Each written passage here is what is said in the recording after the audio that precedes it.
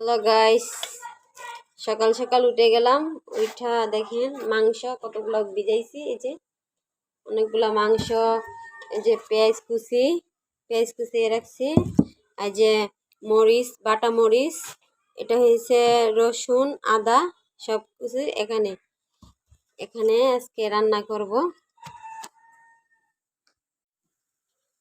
কড়াইতে বসাইয়া দিলাম, এখন দিয়ে দিব তেল।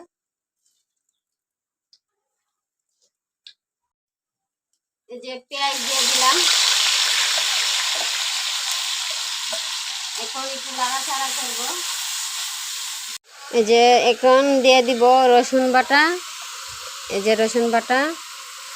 এখন দিয়ে দিব আদা বাটা। এখন দিয়ে দিব এই যে জিরা বাটা, জিরা গুমুরি এগুলো দিয়ে দিব। এখন দিয়ে দিব মরিচ বাটা, এই মরিচটা সবটা দিয়ে দিব। আমরা কাঁচা লঙ্কাটা একটু বেশি খাই, তো এই দিয়ে দিব এলাচি, দারচিনি, তেজপাতা, লং, এগুলা আমি ভালো করে কষলিয়ে এখন এই যে পরিমাণ করে লবণ দিয়ে দিব। এই যে লবণ দিয়ে দিচ্ছি। ধনিয়ার গুঁড়া, এই যে পরিমাণ করে ধনিয়ার গুঁড়া দিয়ে দিব। তো এখন নাড়াচাড়া করতেছি। দেখেন কালারটা খুব সুন্দর, দেখো তো।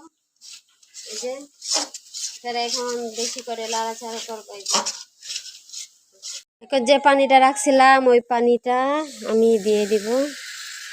এই দেখেন পানিটা দিয়ে দিছি।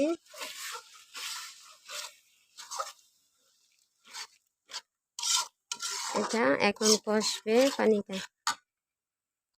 এখন এই যে মাংসটা আমি ঢেলে দেব।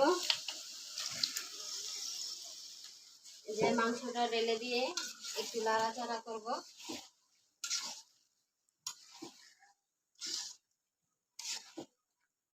এখন একটু নাড়াচাড়া কইরা এই যে আমি এখন ঢাকনা দিয়ে ঘুরে দিলাম, একটু কষবে।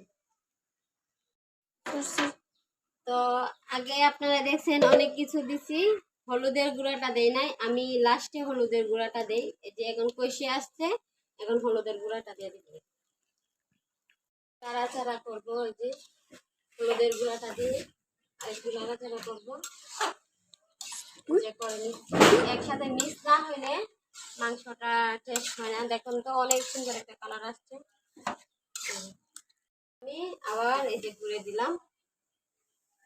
এখন মাংসটা দেখেন অনেক সুন্দর কষিয়েছি।